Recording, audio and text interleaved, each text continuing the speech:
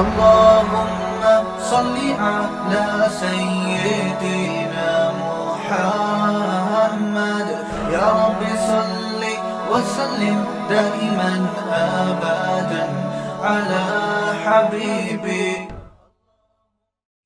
مفتی صاحب کیا لکھا ہوا ہے؟ BC ڈالنا کیسا ہے اور کیا یہ بھی قرضہ کہلائے گا؟ کہلائے گا تو قرضہ ہی یہ بھی. تو یہ قابل تعریف عمل نہیں ہے BCیاں ڈالنا، اور بے وقوفی بھی ہے. بے وقوفی اس لیے ہے کہ جب آپ کے پاس نہیں ہے تو آپ کیوں چاہتے ہو کہ میرا پہلے مہینے میں کمیٹی کھل جائے اور میرے کو جتنے پیسے مل جائیں؟ بھائی قرضوں سے اپنے آپ کو بچاؤ، جتنا ہے اتنا خریدو، آپ اتنا خرچ کرو. بس جی مل جائے مجھے اچانک، اور ہو سکتا ہے آپ کی کمیٹی نہ کھلے، آپ کی سب سے آخر میں کمیٹی کھلے، تو کتنے جان لٹکی ہوئی ہے کہ اتنے لوگوں کے پاس آپ کا پیسہ گھوم رہا ہے. ہر وقت کی ڈپریشن. میں نے کوئی کمیٹی والا کبھی خوش نہیں دیکھا. ہر وقت کی ٹینشن، یار اس کو پاس اتنے پیسے اس کی نکل آئی، پتہ نہیں میری کمیٹی نکلے گی اور وہ دے گا بھی. کتنے لوگ کمیٹیاں لے کے بھاگ گئے ہیں. آج ایک بندہ مجھے ملا، اس نے کہا کہ میرے اوپر دیندار آدمی، نمازی، پرہیزگار، کہہ رہا یار میں 10-15 لاکھ کا مقروض ہو گیا ہوں، میں بہت ٹینشن میں ہوں، میں بہت پریشان ہوں، میری مدد کرو. میں نے کہا بھائی میں کیا ہوا کیا؟ مجھے سمجھ رہے تھے کہ بہت بڑے سیٹ ہیں. میں نے کہا کیا ہو؟ کہہ رہے یار میں نے کسی سے قرضہ لے کے انویسٹ کیا تھا بزنس میں، وہ پیسہ ڈوب گیا، اب وہ مجھ سے مانگ رہا ہے. میں نے قرضہ لے کے انویسٹ کیا کیوں؟ آپ بھوک سے مر رہے ہوتے تو قرضہ لے کے روٹی کھا لیتے. سمجھ میں آتا ہے. آپ کو کوئی ایسی خطرناک بیماری ہو گئی، زندگی موت پہ بن گئی، تکلیف برداشت نہیں ہو رہی، قرضہ لے کے گورنمنٹ کے ہاسپٹل میں علاج کر لیتے. میں نے اپنے بارے میں وصیت کی ہے، اچھا ہوا آ گیا سامنے. اللہ نہ کرے میں کوئی بیمار ہو جاؤں، مجھے گورنمنٹ ہاسپٹل میں علاج کے لیے لے جانا. ہوتا پتہ ہے کیا ہے؟ لوگ کہتے ہیں کوئی اللہ نہ کرے کوئی حادثہ ہو جائے، زخمی ہو جائے، ہو جاتے ہیں نا، لوگ اٹھا کے ڈائریکٹ آغا خان میں لے جاتے ہیں. بل تمہارا باپ دے گا پھر، یہ بتا دوں میں. ہاں یہ بہت ہوتا ہے مشہور لوگوں کے ساتھ. جہاں دیکھا کوئی ایکسیڈنٹ ہوا، کوئی فائرنگ کراچی میں، اللہ سب کو بچا کے رکھے، عافیت سے رکھے، زخمی ہو گئے ڈائریکٹ جی آغا خان میں لے جاؤ. تو جو مجھے آغا خان میں لے کے جائے گا بل پھر وہی دے گا سارا، یہ میں بتا دوں. کیونکہ اس وقت آدمی ہوش میں نہیں ہوتا، جہاں لوگ لے جا رہے ہوتے ہیں آدمی چلا جاتا ہے. پھر جب 15, 20, 30, 40, 50 لاکھ 1 کروڑ کا بل بن کے آ گیا تو عذاب ہے بھائی. یہ ہسپتالوں میں، گورنمنٹ ہاسپٹل میں وہی علاج ہوتا ہے جو پرائیویٹ میں ہوتا ہے. ہاں ٹیسٹ ویسٹ میں کوشش کرتا ہوں، جو چھوٹے موٹے ٹیسٹ ہیں وہ اچھے ہاسپٹل سے کرواؤں. لیکن جب کوئی اللہ نہ کرے بڑی بیماری آتی ہے جس میں لاکھوں روپے روز خرچ ہوتے ہیں، بھائی وہ آدمی گورنمنٹ میں ہی کروا لے. سمجھ میں؟ تو اپنے آپ کو اتنا نہیں مصیبتوں میں ڈالو. میں نے لوگوں کو دیکھا ہے، کروڑوں پتی لوگوں کی جائیدادیں بک گئی علاج میں. تو کیوں یار ایسا؟ پھر زندہ رہ کے بھی آدمی کہتا ہے ختم. ٹھیک ہے نا؟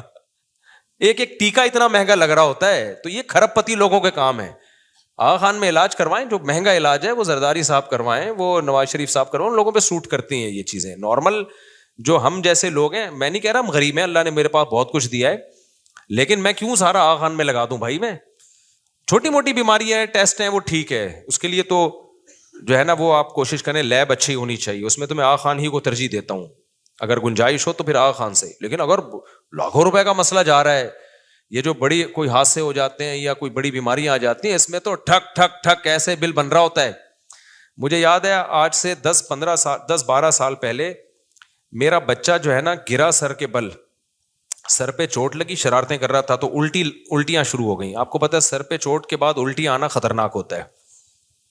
فوراً MRI وغیرہ کروانا پڑتا ہے کہ دماغ میں، MRI کہتے ہیں، کیا کہتے ہیں، دماغ کا MRI، سوری CT اسکین تھا یا پتہ نہیں MRI تھا کیا. اب مجھے زیادہ اسپتالوں کا پتہ نہیں تھا. میں نے ایک دوست کو بولا یار فوراً ہاسپٹل جاؤ، اس کے ڈاکٹر نے کہا CT اسکین کرواؤ، پتہ نہیں MRI کرواؤ دماغ کا. وہ مجھے لے کے جا رہا ہے، ہم جا رہے ہیں وہی والی FX میں نا، وہی جس کو یوں یوں یوں گھماتا ہے آدمی. تو وہ جا رہا ہے لیاقت نیشنل کی طرف یا شہید آغا خان کی. میں نے کہا بھائی یہ CT اسکین کا خرچہ کتنا ہوگا؟ کہہ رہے 50,000 60,000. اب 10 سال پہلے 50,000 بہت بڑی رقم تھی. میں نے کہا آپ نے پہلے مجھ سے پوچھا ہے کہ میری جیب میں 50,000 ہیں بھی کہ نہیں ہے؟ کہہ رہے نہیں دیکھیں مفتی صاحب علاج پہ کمپرومائز نہیں کرنا چاہیے، بچے کا علاج ہمیشہ اچھا ہونا چاہیے. میں نے کہا مجھے مشورے نہیں چاہیے، آپ اس کو اس ہاسپٹل میں لے کے جاؤ جہاں پیسے کم خرچ ہوں. میں نے کوئی بھیک تھوڑی مانگنی ہے لوگوں سے یار. یہ بھی لوگوں کی اوقات ہے, اوقات سے بڑھ کر علاج ہو رہے ہیں, پیسے نہیں ہے تو آ کے بھیک مانگ رہے ہیں. بھائی یہ گورنمنٹ ہاسپٹل ٹھیک ہے, وہ بات نہیں ہے یہاں پہ, لیکن یہ بھی بنے ہوئے ہیں. اپنی چادر دیکھ کے پاؤں پھیلاؤ, آپ فنڈر بننے کی کوشش مت کرو. یہ کوئی طریقہ نہیں ہے کہ جی چونکہ علاج یہاں معیاری نہیں ہوتا, میں نے آغا خان میں ہی کرانا ہے اور زکاتیں مانگنی ہے میں نے. تو یہ کون سا طریقہ ہے بھائی؟ میں نے کہا بھائی کیا کر رہا ہے کہیں اور سے. مجھے بڑا غصہ آیا اس کے اوپر, میرے سے پوچھ رہے نہیں ہو کہ آپ کے پاس پیسے بھی ہے یا نہیں ہے. اور اس وقت میرے اگر 50,000 کا بل بنا دیتا نا وہ, میں تو گیا تھا, اس کی الٹیاں ٹھیک ہو جاتی, مجھے الٹیاں لگ جانی تھی وہ. تو پھر ہم گئے ادھر سول ہاسپٹل گئے, 10 روپے کی پرچی بنی ہے, وہی رپورٹ آئی ہے اس کی بالکل. انہوں نے کہا ٹھیک ہے, کوئی اندر سے کوئی مسئلہ نہیں ہے. میں نے ڈاکٹر کو دکھایا, میں نے کہا یہ سول ہاسپٹل کی لیب کی رپورٹ ہے, کوئی مسئلہ تو نہیں ہے, ایسا تو نہیں غلط رپورٹ ہو. ڈاکٹر نے کہا نہیں کوئی فرق نہیں ہے, سول ہاسپٹل سے کرا لو, لیاقت نشر سے کرا لو, آغا خان سے کرا لو. اور کتنے آرام سے 10 روپے کی پرچی بنی اور اب فٹ فاٹ ہے الحمدللہ, کوئی مسئلہ نہیں ہوا. تو یہ آج کل ایک بہت بڑا مرض ہے کہ ہر آدمی کو علاج چاہیے. آغا خان میں ٹھیک ہے معیاری علاج ہوتا ہے, لیکن آپ اپنی, ایسا تو پھر امریکہ میں اور زیادہ اچھا علاج ہوتا ہے, جاپان میں اس سے بھی اچھا علاج ہوتا ہے. پھر آپ ذرا سا پھوڑا بھی نکلے نا, آپ جاپان کا ویزے کی کوشش کرو کہ میرا جو ہے پھوڑا وہاں سے ٹھیک کراؤں گا, کیونکہ یہاں بہت سارے اناڑی ڈاکٹروں نے پھوڑوں کو کینسر میں تبدیل کر دیا ہے.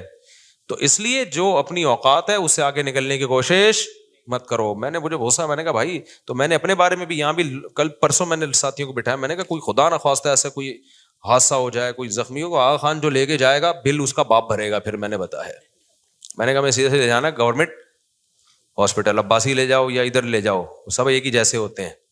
جتنی جو ہے نا, میں یہ نہیں کہہ رہا میری اوقات بہت تھوڑی ہے, اوقات الحمدللہ بہت بڑی ہے, لیکن میں اتنی ان چیزوں پہ, جب ایک چیز ایک سستے میں ہو سکتی ہے تو میں اتنے اپنے آپ کو ٹینشن میں کیوں ڈالوں کہ میری گاڑی بھی بک جائے اور جو سب کچھ, گھڑی بھی بک جائے, موبائل بھی بک جائے. تو بھائی اگر بہت ہے, اتنا ہے کہ تعلقات ہیں یا آپ مسلم, آپ کی اسٹیل ملیں چل رہی ہیں, پھر تو ان کے لیے یہ غریبوں والی باتیں کر رہا ہوں جو میں کر رہا ہوں نا, گھٹیا باتیں ہیں یہ. لیکن اگر اتنا نہیں ہے آپ کے پاس کہ خربوں اربوں روپے نہیں ہے, تو پھر نارمل علاج کراؤ جیسے سب لوگ کراتے ہیں, ٹھیک ہے نا.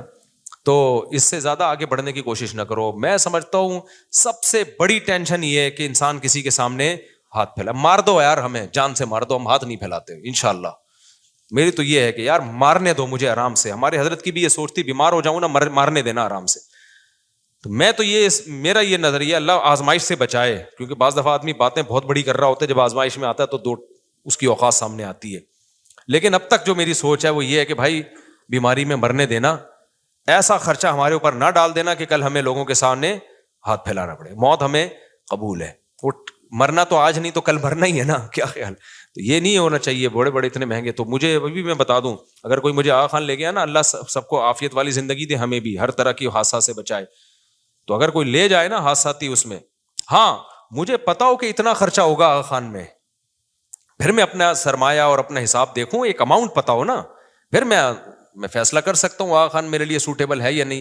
لیکن جب ایسے زخمی حالت میں یا کوئی ایسی ایمرجنسی میں جاتے ہیں, پتہ نہیں ہوتا پیشنٹ کو کیا ہونے والا ہے تمہارے ساتھ. بل جب بن کے آئے گا نا, آدمی کے ہوش اڑ جاتے ہیں. میں نے اپنی زندگی میں اپنے ریلیٹیوز کو دیکھا ہے, جائیدادیں بک گئی, زیرو پہ آ گئے, روڈ پہ آ گئے, وہ سب کچھ علاج میں خرچ ہو گیا ان کا, پھر بھی قرضہ ان کے اوپر, ساری زندگی ان قرضوں کو اتارنے میں لگ گیا. تو اس لیے فنڈر بننے کی کوشش کرو ہی نہیں, اور زیادہ آگے جاؤ نہیں. سب سے پہلے اپنا جنرل فزیشین جو ہے نا, جو گھریلو گلی محلے کا ڈاکٹر ہوتا ہے, یہ بھی ہلکی چیز نہیں ہوتا. لوگ اس کو لفٹ ہی نہیں کرا رہے ہوتے. جو غریبوں کے علاقے کا ڈاکٹر ہے نا, بہت ایکسپرٹ ہوتا ہے وہ. آج مجھے ایک بڑے ڈینٹسٹ سے میری ملاقات, انہوں نے بتایا کہ یہ جو جنرل فزیشین ہوتے ہیں نا, جو غریبوں کے علاقوں میں ہوتے ہیں, جن کی بہت کم فیس ہوتی ہے, یہ زیادہ ایکسپرٹ ہوتے ہیں, کیونکہ ان کے پاس ایسے ایسے کیس آتے ہیں, پوری زندگی انہوں نے آڑے ترچھے لوگوں کو ہی سیدھا کیا ہوتا ہے, سمجھ رہے ہیں. تو یہ ہلکے نہیں ہوتے, اس کو لفٹ نہیں کرا رہے ہوتے, ایک دم ڈائریکٹ پہنچنا ہے جی. وہ جو 5,000 روپے انٹری کی فیس لے رہا ہے, تو اتنا مسئلہ نہیں ہے. میں جانتا ہوں ایک میرا پیٹ خراب ہو گیا تھا, تو ایک پیٹ کے اسپیشلسٹ تھے, یہاں بیٹھتے تھے تو ان کی فیس پتہ نہیں 4,000 تھی, اورنگی ٹاؤن گیا تو 500 روپے فیس ہے ان کی. وہی دوائیاں یہاں بھی لکھ کے دے رہے ہیں, وہی وہاں بھی لکھ کے دے رہے ہیں. تو میں نے کہا ڈاکٹر صاحب یہ ادھر 4,000 فیس ہے, ادھر 500 روپے ہے. تو انہوں نے کہا بھائی وہاں پیسے والے لوگ رہتے ہیں, تو 4,000 فیس ہے, ادھر بیچارے غریب لوگ رہتے ہیں. تو میں نے کہا ہم پھر ادھر ہی آگے رہ لیتے ہیں, کیا خیال ہے, تاکہ ہم بھی پیسے والے, علاج میں ہمارا خرچہ بچے گا. لیکن اس کو اورنگی ٹاؤن والے لفٹ نہیں کرا رہے ہوں گے وہاں پہ کہ 500 روپے فیس ہے, یہ کیا علاج کرے گا, علاج تو ادھر ہوگا, ناظم آباد میں ہوگا, ڈیفینس میں ہوگا. ابے وہاں بھی یہی بیٹھا ہوا ہوگا, پرچی الگ کٹ رہی ہوگی. تو آغا خان والے بھی وہی ٹیکا لگا رہے ہوں گے جو سول ہاسپٹل میں لگ رہا ہوگا. پھر بھی اگر بہت پیسہ ہے تو پھر آغا خان میں کراؤ, بہت زیادہ اگر ہے تو پھر صحت پہ کمپرومائز نہ کرو. لیکن اتنا پیسہ مقابلہ کرنا آسان کام نہیں ہے بھائی. اچھا یہ میں واقعہ مکمل کر دوں تو وہ کہہ رہے تھے میں نے 8-10 لاکھ روپے کہیں سے قرضہ لے کے کاروبار میں لگا دی. اس سے مجھے یاد آیا کہ آغا خان میں جو لے کے جائے گا نا مجھے, بل کون بھرے گا, خود ہی بھرے گا وہ.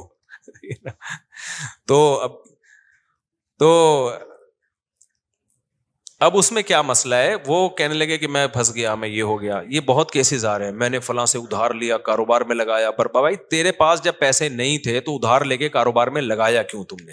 ہوس ہے, ہوس, ایک دم مالدار بننے کا شوق.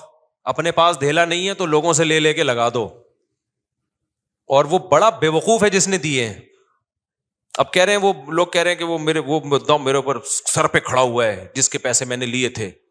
میں نے کہا بھائی بات یہ ہے کہ جب آپ نے کسی کا پیسہ لے کے لگایا, اگر وہ ڈوب گیا تو اسلام میں نقصان انویسٹر کا ہوتا ہے, محنت کرنے والے کا نہیں ہوتا. محنت کرنے والے کا بس یہ نقصان ہے کہ اس کی محنت ضائع ہو گئی, تو بنتا ہی نہیں ہے. کیا خیال ہے؟ اب تو ٹینشن اس کو ہونی چاہیے, آپ کو تھوڑی ہونی چاہیے ٹینشن. یہ خوب اچھی طرح سمجھ لو, جب کوئی کاروبار کے لیے پیسہ مانگے نا اور آپ دو تو سمجھ لو اب شرعی لحاظ سے بھی واپس نہیں لے سکتے. مفتی کے پاس کیس آئے گا, مفتی اس کو فیور دے گا, آپ کو فیور نہیں دے گا. کیونکہ جب کاروبار میں پیسہ ڈوبا تو جس کا پیسہ تھا اسی کا ڈوبا ہے, آپ کا تو پیسہ ہی نہیں تھا تو ڈوبا کہاں سے؟ تو میں نے کہا میرے بھائی تو نے 10 لاکھ لیے ہوں, 10 کروڑ لیے ہوں, 15 کروڑ لیے ہوں, جب کاروبار میں نقصان ہو گیا تو نقصان تو انویسٹر کا ہے. اب آپ کہہ سکتے ہیں اسلام نے انویسٹر پہ بڑا ظلم کیا, یہ تو کہہ سکتے ہیں نا بھائی. بات یہ ہے کہ جس کے پاس پہلے ہی پیسہ نہیں تھا اس کو پیسہ کا پابند بنا دینا یہ زیادہ بڑا ظلم نہیں ہے کیا؟ کیونکہ کاروبار میں کبھی پروفٹ ہوتا ہے, کبھی لاس ہوتا ہے. اس کے پاس اتنا پیسہ ہے نہیں کہ کاروبار میں لگا دے وہ, اور لاس بھی اس کے اوپر ڈالا جائے وہ تو زمین میں گڑ جائے گا. ہاں اس کی حماقت سے لاس ہوا ہے تو پھر اس کی ذمہ داری ہے. یعنی اس نے جیسے دکان کھولی چھوڑ گیا, رات کو سونے کی دکان کھولی, پیسہ آپ نے دیا, دکان وسیم نے بنائی, سونے کی دکان کھولی ہے اور سو رہا ہے اس میں. یہ دکان کس کی کھولی تھی اس نے؟ سونے کی, گولڈ کی دکان کھولی اور سو رہا ہے. چور سارا گولڈ لے کے چلے گئے. اب اس کو بھرنا پڑے گا کیونکہ یہ نقصان کس سے ہوا ہے؟ یہ اس کی کوتاہی سے ہوا ہے. سونے کی دکان کون تالے لگائے بغیر چھوڑ دیتا ہے؟ یا اس نے کاروبار میں قیمت اتنی کم رکھی کہ اس کی حماقت تھی, اس سے نقصان ہو گیا. جہاں مزدور کی یا جو مزاربت پہ کام کرنے والا آدمی ہے اس کی حماقت سے جو نقصان ہوگا اس کا تو وہ ہوگا. جو قدرتی طور پہ کاروبار میں اب ہوتا ہے, کاروبار میں کسٹمر ہی نہیں آ رہے, تو وہ ٹوٹلی نقصان کس کا ہے؟ انویسٹر کا ہے. تو یہاں ایک اشکال ہوگا کہ انویسٹر بیچارے کا کیا قصور ہے؟ انویسٹر کا یہ قصور ہے تو نے پیسے دیے کیوں؟ تو پاگل ہے, تجھے اتنی عقل نہیں ہے کہ جیب جو اللہ نے ہم لوگ جو جیبیں سلواتے ہیں کوئی سائڈ کی کوئی اوپر کی, وہ اس لیے کہ اپنے پیسے کہاں رکھیں. یہ جو دوسروں کی جیبیں ہیں یہ آپ کے پیسے رکھنے کے لیے نہیں ہے. دوسرے کا اکاؤنٹ دوسرے کے پیسوں کے لیے کھولا ہے آپ نے, دوسرے کا اکاؤنٹ کھول لیا اپنا پیسہ رکھنے کے لیے, تو آپ سے بڑا تو اسلام آپ کو اس حماقت اور بے وقوفی کی سزا دیتا ہے. اور دنیا میں جتنے بھی لا ہے نا, ساری دنیا کی عدالتوں کا بھی یہ لا ہے کہ اگر آپ نے کسی کو پیسہ دیا اور وہ کھا گیا تو آپ قانون کے ذریعے نہیں لے سکتے. ہر جگہ عدالت کیا کرے گی؟ عدالت صرف یہ کرے گی جس نے پیسہ کھایا اس کو بلائے گی. پاکستان کا بھی یہ لا ہے, بلائے گی کہ آپ نے واقعی کھایا, آپ کا ہاں میں کھایا, میں دل سے مانتا ہوں کہ میں نے وسیم کے 1 کروڑ روپے کھائے ہیں. عدالت کہے گی کہ آپ واپس کریں, آپ بول دو میں نہیں کر سکتا واپس. نہ اس پہ پوری دنیا میں کوئی جیل ہے, پوری دنیا میں پاکستان سمیت کچھ بھی نہیں ہے اس پہ. عدالت کہے گی کتنے دے سکتے ہیں, کائنڈلی کچھ تو بولے نا آپ کہ میں 5 روپے دوں گا ہر مہینے. کتنے دوں گا؟ 5 روپے. اور آپ بولے میرے اتنے خرچے, کوئی ثبوت وہ بھی نہیں زیادہ مانگے جاتے اس پہ. عدالت کہے گی چلو ہر مہینے کتنے دے دو؟ 5 روپے. کورٹ کہے گی میرے خزانے میں جمع کرا دو, اور پھر ہم اس بندے کو, وہ بندہ 50 روپے کا پیٹرول خرچ کر کے کیا لینے جائے گا؟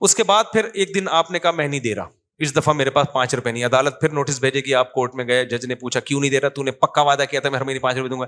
سر وہ مسئلہ یہ ہے, میرے ماموں کا انتقال, میری نانی کا انتقال, میرے گھٹنے میں مسئلہ, میرے فلانے میں مسئلہ, میں 5 روپے نہیں, میں 2.5 روپے دوں گا. عدالت کہے گی بدتمیز, شرم نہیں آتی, آئندہ 2.5 روپے پابندی. اس سے زیادہ دنیا میں کہیں نہیں ہے. آپ سمجھ رہے ہیں میں مذاق کر رہا ہوں, حقیقت کر بتا رہا ہوں میں. عدالت کہے گی آئندہ, وہ بھی بہت ہی کوئی سخت قسم کا جج ہوگا نا, وہ ڈانٹے گا بدتمیز 2.5 روپے دینا پابندی سے. پھر 2 پہ آ گئے, 1.5 پہ آ گئے, بولو ہے ہی نہیں, کوئی لا نہیں ہے. آخر میں جب آپ وکیلوں کو تنگ کرو گے, جج کو چڑھ جاؤ گے نا جج کے اوپر, جج بولے گا دیے کیوں تھے اور بالکل صحیح کہہ رہا ہے وہ جج, دیے کیوں تھے, کوئی ڈکیتی کر کے تھوڑی لے کر گیا تم سے, چوری کر کے تمہاری رضا سے لے کر گیا ہے, تو تم نے ٹرسٹ کی بیس پہ دیا ہے نا, تو تمہارا ٹرسٹ ہی غلط تھا, تو تم خود. اور یہ لا ہے کہ بھئی آپ ایک آدمی پہ اعتماد کر کے دے رہے ہو نا, اعتماد کر کے دے رہے ہو, تو آپ سے اعتماد میں غلطی آپ سے ہوئی ہے. اس چوری کر رہا ہوتا, ڈکیتی کر رہا ہوتا تو پٹتا, پھر تو چور کا ہاتھ کاٹ دیا جائے, یہ کر دیا, پر بہت سارے قوانین ہیں. آپ نے اپنی خوشی سے جب پکڑا دیا نا, تو بھائی ٹرسٹ ہی پہ چلے گا. اب یہ اب وہ اگر منہ سے کہہ رہا ہے کہ میرے پاس نہیں ہے, تو ٹرسٹ کرو کہ واقعی نہیں ہے. وہ تو ہوتا ہی ہے, وہ پھر لینڈ کروزر میں گھوم رہے ہوتے ہیں اور کہہ رہے ہیں میرے پاس نہیں ہے. آدمی کہتا ہے میں کیسے, کہہ رہے جیسے پہلے ٹرسٹ کیا تھا اب بھی کیا کرو, ٹرسٹ کرو. تو اس لیے میرے بھائی, ہمارے حضرت مفتی رشید احمد صاحب بار بار یہ بات کہتے تھے کہ اس زمانے میں کسی کو پیسہ دینے والا بے وقوف, اور جو لے کے واپس کر دے وہ اس سے بڑا بے وقوف. یعنی مطلب یہ تھا کہ دینے چاہیے, ایسا نہ ہو کہ نہ دیں آپ. وہ اس لیے بڑا بے وقوف ہے کہ اس کو پتہ ہی نہیں کہ اگر میں نہیں دیتا تو بھی یہ نہیں نکال سکتا تھا, اس سینس میں اس کو بے وقوف کہا ہے. تو وہ مجھے کہنے لگے میرے اتنے لاکھ, آپ لوگوں سے کہیں میری مدد کریں, زکوٰۃ دیں. میں نے کہا بھائی میں نہیں کہوں گا کسی سے. حماقت کس کی ہے, تمہاری, اور وہ تم سے بڑا بے وقوف جس نے تمہارے ہاتھ میں 10 لاکھ تھما دیے کہ جا بیٹا بزنس کر, اور آدھے میرے آدھے تیرے. اس کو ہی نہیں پتا کہ وہ جب محنت کرے گا پورا رقم اس کے پاس آئے گی تو کیوں دے گا وہ آپ کو. تو اس لیے میں نے کہا کیونکہ ایسے لوگوں کے ساتھ تعاون کرو نا آپ, تو پتہ ہے کیا ہوتا ہے, پھر اگلی دفعہ 20 لاکھ روپے لیں گے کسی سے کہ پہلا تجربہ ناکام ہو گیا, اب صحیح طرح سے. یہ ہوس کبھی بھی ختم نہیں ہوتی, کبھی بھی ختم نہیں. جتنا ہے اس پہ قناعت کرو, اسی کو ڈبل کرنے کی کوشش کر لو. ادھار مانگ کے نہیں ہوتا بھائی. ادھار وہ مانگے جس کی اچھی خاصی آمدن ہو, اس کو پتا ہے میں اگلے مہینے دے دوں گا. بعض لوگ کروڑ پتی ہوتے ہیں, ان پہ ٹھیک ہے, وہ جچتا ہے. جیسے ہم ہوٹلوں میں جاتے ہیں, بٹوائی بھول گئے تو آپ دوست سے ادھار لے تو یار پیسے دے دے, آپ کو پتا ہے میرے پاس گھر میں پڑے ہیں کل میں دے دوں گا. یہاں ادھار جچتا ہے, اس کے علاوہ ادھار نہیں ہوتا بھائی. یہ بہت بے وقوف لوگوں کا کام ہوتا ہے ادھار لینا اور دینا.